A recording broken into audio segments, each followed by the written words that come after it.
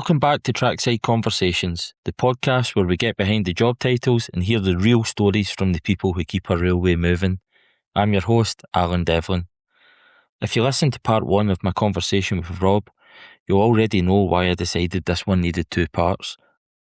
What started as a planned single episode turned into around 90 minutes of honest conversation about Rob's career, his experiences on the railway and some of the lessons he's picked up along the way. But we were only just getting started. In part 2, we pick up exactly where we left off. This time, the conversation moves into the present day for Rob and what lies ahead as he shares his perspective on the people, the challenges, and ultimately, the future of the railway. If you haven't listened to part 1 yet, I definitely recommend going back and giving that a listen first. But if you're already caught up, there's nothing more to say.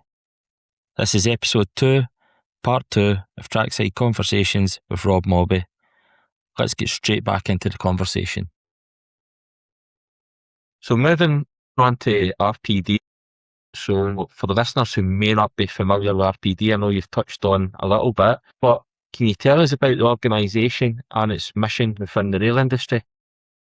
Yeah, okay. So RPD, Rail Professional Development, it's one of the longest consultancy companies within the railway. So it was set up in 1997 by Paul Durrant, who's our managing director now, and my father, George Mawby, who is now retired. Set up then, focused heavily on competence-based management and leadership activities. And we have a number of different products that we have developed and provided in the past.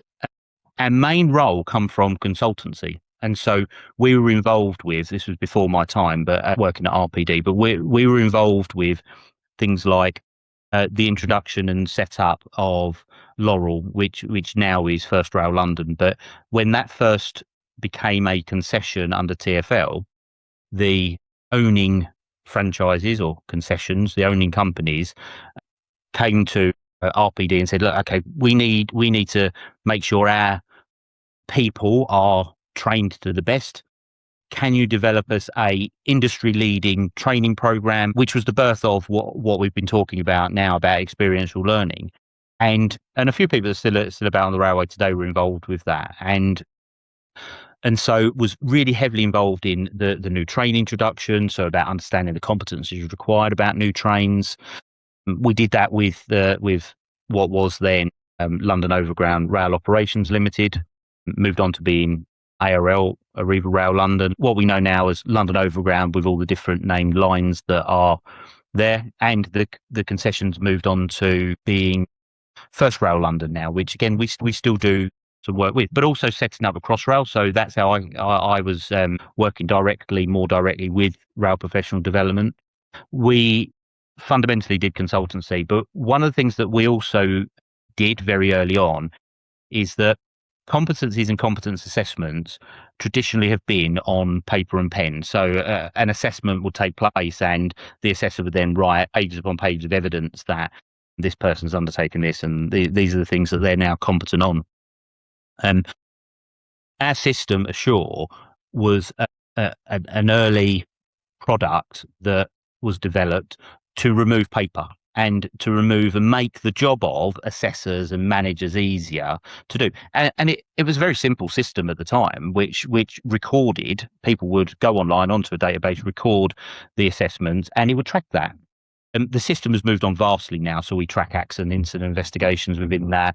We've got quality assurance modules in there. We've got a learning management system that's built in. It's part of the same system that we can undertake licensing, so we can produce from that the application form for licenses, that we've got the complementary certificates that are printed directly from there. It's got a history of those individuals when they've had any development plans post-incident or just general development. And so it's a one-stop shop for absolutely everything. What we've done well with that is we've got in-house developers. Every part of the database is ours. We've not used third-party products that are bolted onto it. And it's growing year on year, our system. And so we've gone from introducing competence-based activities into companies that was paper and pen, and it used to be an old T-card system where you would track people's competencies going through, to now we've brought it digital, and we've brought it more to remove paper and make it easier. And we've got our apps so that you can do offline assessments and so on, and manage people's competencies. One of the bigger parts of that we've developed in that is called our planning tool, which links again in with the competencies. But what the planning tool does is take again Crossrail, and this is where it was developed for. If you've got a major recruitment and development program, and this can work in any industry, this is not just for operational railway roles, but if we've got a system that you can plug into it your courses, so that you say, how many people do I need to deliver this product that we are, this organization that we are, take HS2, for example. If you need 400 drivers on HS2, what does the recruitment, the training, the development, assessment, and ongoing competence management look like, so that when the point in time that we need to go live with this railway or whatever industry that you're in, we can put all of the courses, all of the programs into that, and it can plot how many resources you need, when do you need those resources, how do you need those resources, and so it builds your business case of going, well, actually, for this period of time, I might need an extra 5 instructors, an extra 2 trainers. I need to make sure I've got these assets available at this time so that I can successfully deliver it at that point in time. Yeah. Because you can imagine that under TfL, we were under very strict regimes of delivery on time. And so we had to make sure that we were delivering that on time. So this system was developed so that we knew we had a plan to get to 450 drivers trained in 3 different signalling systems, two types of trains at the time, and infrastructure that wasn't even built yet. So how do we get to that point? And so we plotted that all in, and we knew that we needed X amount of operating capital to be able to deliver that. That if it was, and the peaks and troughs of, are we still on target? Are we not? We knew that we could then pump into a little bit more resource to be able to get to it, or in some cases that we were ahead of the curve. So actually we could plane that out a little bit. Yeah. And so we knew then that we were capable of delivering, rather than going on a spreadsheet. Oh, well, we think we'll be able to do this. We can put this in there, and then lo and behold, things happen. But because they're happening behind the scenes, you can't see what's happening, and so you could come a little bit unstuck. And so that program really helped us to keep on track, pardon the pun, of making sure that we were delivering this, and we were on time, so that we had all of our committed obligations and we could deliver it on time. So our mission really is. We've got loads of other products, by the way, doing city and guilds qualifications, so assessor qualifications, verifier qualifications. We've got our accredited programs, which look at the various different competencies within the railway, so train operating liaison officer, SIO, major incident response, and simulation as well, and a few other bits mentioned about the sim kit and so on, driver training. But our mission really is about making sure that we are 10 years ahead of where everyone else is in terms of development of materials and delivery of products, and making sure that we make people's jobs easier.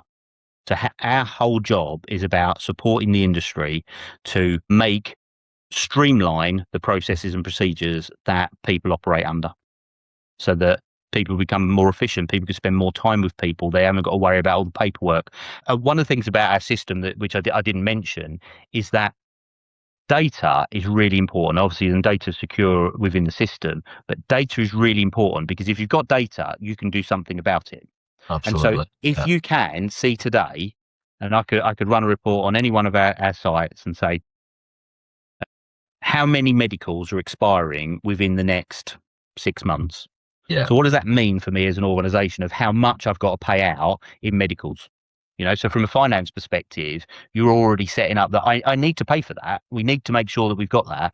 From a resource and release perspective, that these people, if there's 50 medicals that need to happen in the next 6 months, that you've got to release 50 people and cover their job for those, rather than leaving it till 2 or 3 weeks before, when you are, then struggling to cover roles, and then you run the risk of not being able to deliver the product.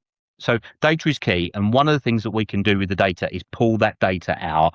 We've got dynamic reporting within it. So any data that's in the system, we can see how many people are on courses, how many people are on competencies, where people are, accident incidents. And so we can data trend. And that is really important, because when we've got data, we can make decisions and we can improve going that way.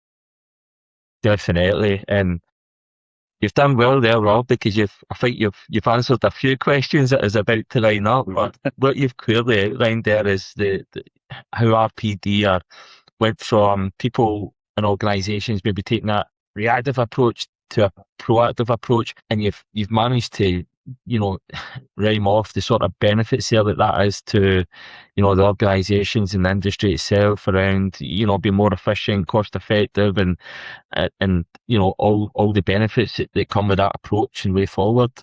Yeah. So if I've answered one of if I've answered some of your questions already, I apologise. I'm just so passionate about all of what we do, and if I give you an example, a very very quick example, that when we say we're going to deliver something, we deliver it, and we pull out all the stops to be able to deliver that. So if we've committed to something, we will do it. And I won't say the client, but we had a client come to us early part of the year that said, we've got an emerging issue that we need to deal with. We want you to be able to deal with this. We need you to design and develop a training program. And by the way, in 2 weeks' time, we need to start delivering it. We did not have the training program in place. We did not have any of the processes and procedures. And we took that on and we delivered it. There were things that we had to take on that meant that we were developing and delivering at the same time, but we made sure there was the assurance processes in place, that it was all signed off and ready. The governance was in control, the quality assurance checks. But what that meant was that we gave our client confidence that we can take a product, take a project, and deliver it to what we said. Normally we have 2 or 3 months lead in to be able to do this, so it becomes a lot easier to be able to then and we delivered the program for them. We designed, developed, and delivered a training program for a client with a 2-week lead time. And really exciting time, really tiring time, but afterwards the feeling of delivery was that we helped out an organisation to deliver something they needed to do, and we delivered it on time. That's incredible. And when you look back over the last 3 to 5 years, what are some of the projects or achievements from that time that you're most proud? So I would say the driver training centre, that for me is one of the biggest achievements that we've done, because although we had lots of experience. I mean, my experience in driver training in industry, and RPD's experiences in designing and developing, setting up our training centre was definitely one of the pivotal moments in my career, because we're now getting more and more clients coming to us now saying, can you support us with the driver training? Whether that be through the supply of instructors, through the supply of trainers, or even designing and developing and delivering training courses for passenger freight and other organisations. So that's one thing that I'm really proud of. A couple of other examples is that we were early adopters of ETCS. So we've been involved with ETCS since the trials on the Cambrian, which was the first install of ETCS. And really that was 2010, 2011, 2012 that started to come about. And we've been involved ever since in ETCS. So we still get organisations and they come to us to ask us to support in not just in driver world, but in other capabilities, other roles, designing and developing the materials, because we understand it and we want to make the training program the best it can be for the client. And because again, my example early part of this year was just an example of over the years where we have taken projects and just delivered and dealt with with what we need to do and delivered. It's not smoke and mirrors. We deliver products, and so that's two. And I think the other thing from me, from a product perspective, that I think we've taken from nothing to success is our apprenticeship training assessment organisation. So the endpoint assessment, we went through rigorous processes to become an approved organisation to undertake assessments for apprenticeships. And we deliver that now for a few different standards, but standard ST 0645, which is the train driver standard, we independently undertake the assessments for a number of passenger organisations, freight organisations, and on-track machinery, OTM organisations. Why do we do that?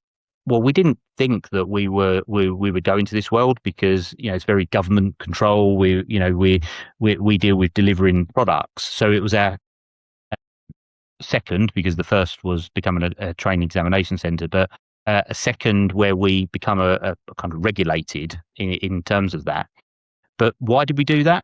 Because our companies, our clients that we work for said, we need you to do this. We don't want to use outside railway organisations, colleges or other organisations that just deliver endpoint assessments. You understand railway. So we want you to go and apply, become an approved centre, be regulated, and we will use you. And that's the reason why we became an endpoint assessment organisation. And we are successful in that. We deliver hundreds and hundreds of endpoint assessments per year. We've got a team of assessors that are work in industry and are some of the highest skilled assessors, I'll say, that work for us in delivering these endpoint assessments. And that's just going to grow because the industry needs to grow with drivers. But because we understand the railway, I think that for me is a success. Because of other areas that we've been in, and for organisations to say, we need you to do this because we want to use you as an organisation, and we went through all the pain to be able to get, and the investment they took to get to become. We could have not been approved in the end, and we put a lot of investment in. So for me, that's a really big success. And two or three of products that I've particularly been involved with in the last 5 years that I'm quite proud of, to be fair. Yeah. No, and I agree with what you've touched on there, because certainly within the circles that advocate within the industry, when RPD's up for discussion, they always talk about how it was built sort of by railway people for railway people. As you've said, that the transfer from that background, skills, knowledge, experience, it just puts into providing organisations like my organisation and other organisations within the industry with that level of competence and whatever the requirement would be, whether it's driver training or accident investigation or whatever areas that RPD are providing. As you say, there's multiple. It elevates it to that level there, just having that knowledge, experience and background within the business. So you spoke about the clients. So obviously, my company's one, you get hundreds of clients. For you, whether it's an accident investigation course, whether it's a driver apprenticeship, whether it's anything that RPD provides, what feedback, and I know for you it's not maybe all about the feedback, it's about, just seeing the people and getting content and going, but let's be selfish for a bit. What feedback do you enjoy hearing the most from clients after you've delivered a successful project? Okay, I think it's nice to hear praise of, and we do hear praise. So without, I think the British thing to be, we're stiff upper lip, and we take it on the chin kind of thing. But it is really nice to hear praise. So when an email comes through or feedback comes through that really pleased with how this has been developed and the delivery of the product. Obviously, when we win more contracts after that because of the success, that's great. But actually I do enjoy hearing feedback where it helps us improve, because if you're always getting a pat on the back and saying how well you've done, how are you improving? Because you're going, oh, I'm great, I'm this amazing thing. But if we hear feedback, and Assure is one of those that has been developed, and you are just going to use your saying there, built by railway people for railway people. We understand the industry. All of our people are railway people. And so we understand that, it is the elements of roles that are hard, and how do we help them to overcome that? So if we can take constructive feedback and someone says, I think you can do it better in this way, let's try it. When I joined and became an ops standards manager, the best bit of advice I was given was actually from my father. who said, traditionally, op standards role, and for people that don't know op standards roles, that's like the safety role within the railway that develops the processes and procedures. That traditionally, op standards roles have been ones that if people ask something, they go, no, can't be done. Can't be done for this reason. It can't be done for this reason. And they're always telling people that this must be done in this way and this must be done in that way. And my dad said to me, and I will always remember this, he said, be an enabler. He said, so if someone comes to you and says, can we do this? Let's try it. Let's try it in a safe way. Let's see if it works. And it might work and it might not work, but let's evaluate that and make sure that we can continually improve and grow. And so that was a good bit of advice I took from there. But if I was to put it in a summary, is that constructive feedback is always good and you've got to act on it. That doesn't mean you should do everything that everyone says, because a lot of feedback, if you just look on TripAdvisor, most of the feedback on TripAdvisor is bad things. So I make a point now on TripAdvisor of saying good things, because I think it's really important to say when people have done really well. But equally, if those restaurants that have received that bit of feedback and don't act on it, then they're never going to improve. And, ultimately their business will suffer. So us in the railway, we take the feedback, and we take it as it should be taken, that is to help us grow and help us develop. So we like it when people say, that wasn't done quite right. Okay, let's work out how we can do it better in the future. And we will change and we will do it better in the future. If you continually make them the same mistakes, then I think, that's where there might be a problem. But you should take feedback, and feedback's good. Absolutely. No, I agree, and just listening to you discuss, not just talk about the good, because everybody likes hearing the good. I think it is important, like you say, what you've highlighted is understanding. Well, give me some constructive feedback on maybe what was not so good. And as you say, that for me just showcases RPD's future within the industry and how they will continue to grow, because they're willing to and will take that constructive feedback and act on it where required. So, no, phenomenal. If you had to sum up RPD's contribution to the railway in just one sentence, what would it be? We're part of the support network. Perfect. As simple as that. I mean, I could talk all the time, but we are a support network for the industry. We provide a fair price. We definitely deliver more than what we should do on each project, because we want more projects. We've been around for nearly 30 years, and we want to continue for the next 30 years. And we can only do that if we are a support mechanism for the industry. So yes, we're a private company, but private companies are also needed even as the railway moves into Great British Railways, because we've got experience. So, but anyway. That was one sentence that I turned into a longer piece, but we're support for the industry. That's our job. Excellent. And then when we look at the industry ahead, so me personally, I get quite excited for the industry going ahead. I've still got at least a good 25 years left of me. I've done 25. Hopefully I've got another 25 years in this industry.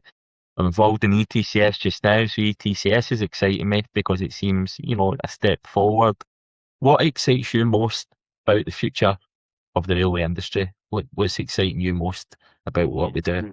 Yeah, interesting question. What excites me most is how the industry is going to evolve over the next 25 years. Yeah. So, for example, that pre-nationalisation, when we was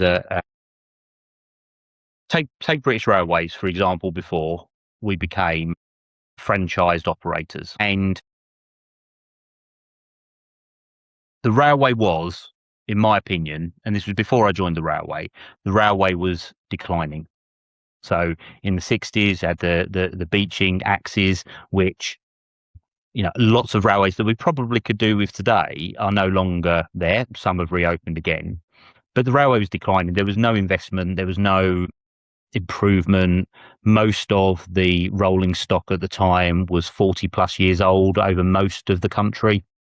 So really old stations, really old trains, and obviously people have their own opinion of when we became privatised, but what that did was allow private companies to come in and invest money, and people believe that the private companies just took all the money that the travelling public would take and make loads of profit for the shareholders, which I think is a bit of a fallacy, because typically most rail organisations would, and this is just a guess, but take between sort of 3 and 7% profit per annum. You know, which if you went to a bank and said, "Can I borrow £1 billion for a project?" and the return's going to be 3 to 7%, they would say no. There's just too much risk there. We're not going to lend you that type of money. But that investment came through private. So now we find that we're in a position over the last 20 odd years that 75% of our rolling stock is new. That 17% of that is from the last 10 years. You know, so we've got brand new trains operating on new infrastructure, and some of that was government funded, I granted, but a lot of that come through private investment. And so I get that train tickets are high, and I mentioned earlier on that I was going to talk about train tickets, because I do think we could do better as an industry to reduce the cost of train travel, because that would encourage more people to get on board trains. But we equally need that throughput of money, because the current state of government finances means that we probably haven't got a lot of money to spend on railway infrastructure. But I will say that our railway infrastructure and our trains are really new compared to what they were pre-privatisation. And so actually Great British Railways now is in a start-off point of a great position, because it's already invested. It's already that, you know, everything they can improve, and a great opportunity to improve even further. And that's what I'm sure will happen. But what we need to make sure that we do is look at those more rural lines. We need to focus more on getting people up and down the country quicker and cheaper. You know, so for example, I make a decision if I go work in Scotland, that do I pay £79 for a flight or £200 for a train ticket? Yeah. Or more, you know, whatever it is on the day. And so, you know, cost effective wise, it would be better for me to fly, but it's probably more eco-friendly for me to travel on the train. And so I do, where I can, I still use the trains, but conveniently it's more convenient to sometimes fly places rather than using trains, which I think is a sad state of position to be in. So I do think that what we need to focus on, take what Andy Burnham said the other day, that reduce the bus cap to £2. That's great. I mean, so people can get on buses and remove cars from the road. How can we now encourage more people to use trains? How can we get people on trains? We need to run more trains, so we need more investment, more trains, more capacity, you know, because trains become packed, you know, and so we can't just have the same amount of trains that are running.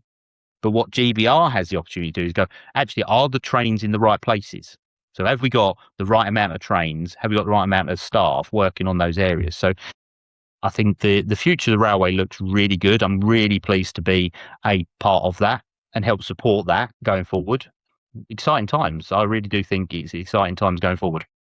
It absolutely is. And you touched on there about capacity and looking at, within capacity passenger service and all that. Obviously ETCS, one of the benefits should be that capacity is increased on the infrastructure. Granted that it's not rolled out nationally yet.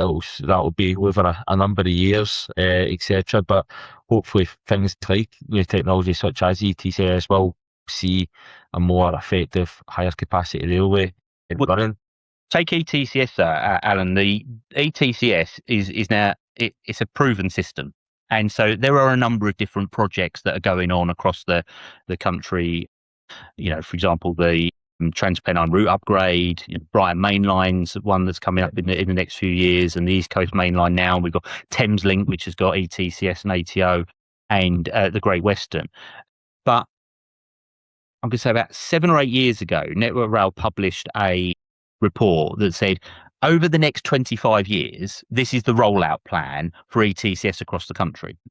That soon, again, we had some, worldwide issues that happen. So I understand that things get changed and things, finances are a bit different.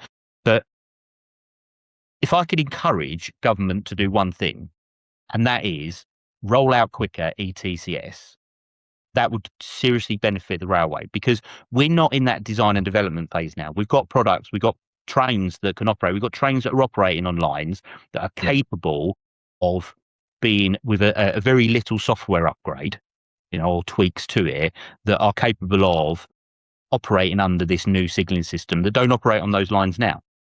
So as we become better at it, and we should take Europe as an example here, because if Europe wanted to create something, they go, great, let's go and do it. That it's really important, let's go and do it. Why do we procrastinate so long about doing something which does put the costs out drastically? Because something that was quoted 10 years ago or priced up 10 years ago won't be the same today. And all it looks like is that we're overspent, when reality is costs have changed, and that's not been necessarily reevaluated over that time fully. And so if we can encourage one thing, and that's about getting ETCS rolled out across the country, I would say that should be a focus on railways over the next 10 to 15 years. Yeah, and I think you might have just touched on this there, because I was going to ask, what could you if you could influence one major change across the railway tomorrow, what would it be? Would it be that, or is there something more major, or would it just be what you've discussed there regarding sort of faster rollout of ETCS across the UK rail infrastructure, or is there anything else that major change that you would make personally? Yeah, I think I've just mentioned two things there. Number one is the quicker rollout of ETCS, or program for rollout of ETCS over the entire network. And secondly, it would be about a reform in ticketing, because ticketing for me is very confusing. I work in the industry and I buy train tickets, and I find them confusing, that I could buy a ticket one day at one price and the next day it's a different price.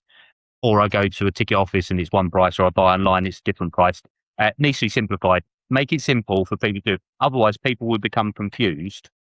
And when people travel on the network, we need to realise that there are people that travel every day on the railway, but there are people that don't travel on the railway. And I think we do this quite well. Make sure that we support those people to be able to travel as well. And so the ticketing for me and rollout of ETCS from a technical perspective, I think are two influences that need to be factored over very quickly. And for someone that's in the industry, and for anyone listening who has got a real enthusiasm about railway and a real interest within this podcast and this topic, what gives you confidence about the future of the rail?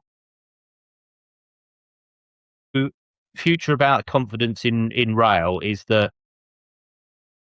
I think for me, the railway's there, the railway's not going away.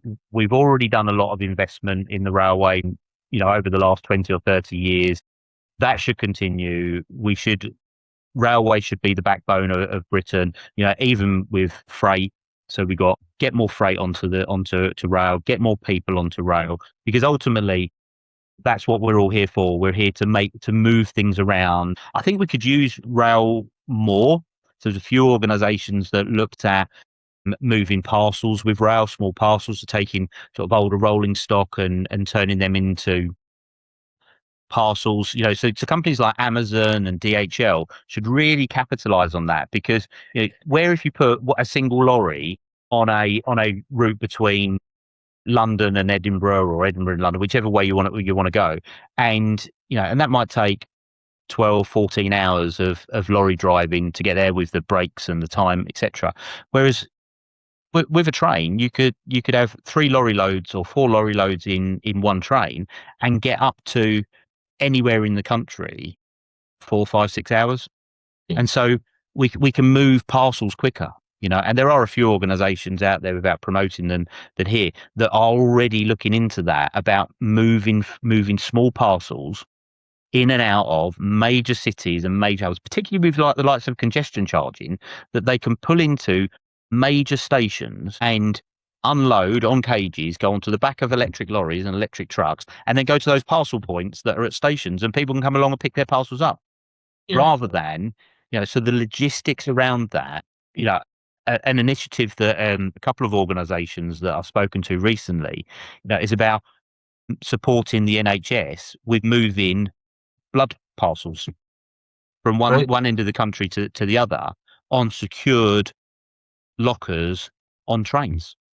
And that's nothing that you would necessarily shout about, promote that you do that. But that means that if there's a critical blood pack that needs to get from Doncaster to London in very quick time, that could be put on a train and be in London very, very quicker than it can be on a car. Granted, not as quick as it can be on a helicopter, but it's the principle that we are moving around the country every day. So let's think about how we can use that to better advantages for other sectors and other industries as well. Yeah, no, that's a really, really good point. A good way of thinking about those opportunities and how things can be moved forward and opportunities taken into action. Well, Rob, we've got a bit of a quick fire round now. So we've got a few questions, just quick fire. So are you ready? We'll go. Go for it. Favourite railway route? I would say Dawlish Coast. I did a piece of work down that area recently, and I normally work on the train, but I couldn't take my eyes off the scenery. So I spent the time just gazing out of the window, looking at the world go by. So I'd say the Dawlish Coast. Best piece of career advice received? Okay, sorry, I've already answered this one. I would say the best piece of career advice was from my dad when I went into the op standards role, about being an enabler, get things done. Advice. Biggest railway myth? Again, apologies, covered some of that. The biggest railway myth for me is that the privatised companies took all the money out of the railway for the shareholders. Huge amounts of investment that was put in from private companies to make sure that our railways run. And so that for me is a big myth. And one word to describe the future of rail? Exciting. As I would agree with that. That's a very good word to describe it. And you have the honour of being the first guest on the show, so you've also got the honour of being the first person to ask Trackside Conversations' signature question, final question. If you could leave the railway industry with one piece of advice, one lesson, or one message for the next generation who will follow us, what would it be? What would it be? I think the one piece of advice I could give, and I'm going to do this from an operational perspective, is don't blame people for making genuine mistakes. Don't make people feel like it's the end of the world because they've made genuine mistakes. Let's learn by them. Let's help people to improve, and not make people feel like it's the end of the world because they've had an accident or an incident. No, absolutely. That's very true. And I know we've touched on that. It's not bringing the iron fist down on them. It's about learning from the mistake so that we can improve going forwards. It is, but also when people are already beating themselves up, when they've made a mistake, they're already beating themselves up. And so if someone said to them, "Oh dear, you've done that, done that really wrong," and make them belittle someone, then that's not the best. And you'll know from the accident investigation course that you went on, it's about identifying the root cause and making sure that we can support the systems and processes, because those people don't intend on that day to go out and make that mistake. So don't chastise them for the mistake that they've made, but build that culture that we can help people can feel that they can talk so that we can improve going on. And on that, and just very quickly, and I know I've taken up a lot of time, but that we do learn from massive railway incidents. The incidents that happened in the past, I believe that if we investigate them today, we probably would have come up with slightly different outcomes, slightly different methods for improving.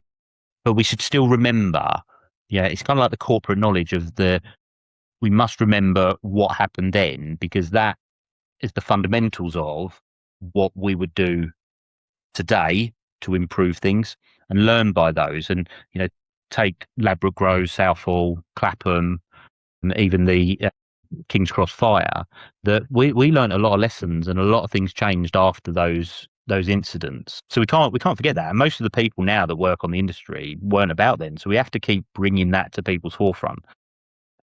But equally, we've been a very safe railway because of the lessons that we've learned from those. So it's really important that we do remember, but also that we think about now as well. What would we do differently now? Keep evaluating them. Absolutely. Rob, can I just say a massive thank you for you coming on? It's been an absolute tremendous conversation. I'm disappointed it came to an end, because I could generally sit at a table, with a pint and have a conversation with you all night. I think it's been a great conversation, and I really appreciate you taking the time to come on. I feel like there's been a lot to take away there from today, particularly around people, competence, leadership, and ultimately the role that we all have to play in developing the railway and the people within it. And on a personal note, I just want to say again, thank you for being the very first guest on Trackside Conversations. It's been a brilliant way to kick off this side of the podcast. Thank you very much for your time, Rob. Alan, it's been a pleasure. Really pleased that you asked me to come along and talk. As you can see, I like talking, so I'm more than happy to talk anytime about things. Some of my own opinion, but when you contacted me and asked if I could be on it, there was not a question about me was to say no. I was definitely going to jump at the chance of having a conversation, and we've had conversations before about other things, but I think it's good to have these conversations. And I've seen your podcast now grow, over the last few weeks. You've got a lot of followers now on there, and I look forward to seeing who else you're going to have on the the podcast. And there's plenty of people out there from different perspectives, different opinions, and they are people's own opinions. So thank you for inviting me, Alan. It's been a pleasure, and hopefully you'll invite me back again. Yeah, no, absolutely. It's been great having you on, and yeah, we've certainly got a few amazing guests lined up as well from all parts of the industry. So it should make for some good listening for the viewers. And to everyone listening just now, I'd just like to thank you for joining us. If you've enjoyed the conversation, as always, make sure to follow Trackside Conversations via Spotify or Instagram so you don't miss the next episode. As mentioned, there's plenty more conversations to come with people across the rail industry. So until next time, thanks for listening, keep safe, and I will see you trackside.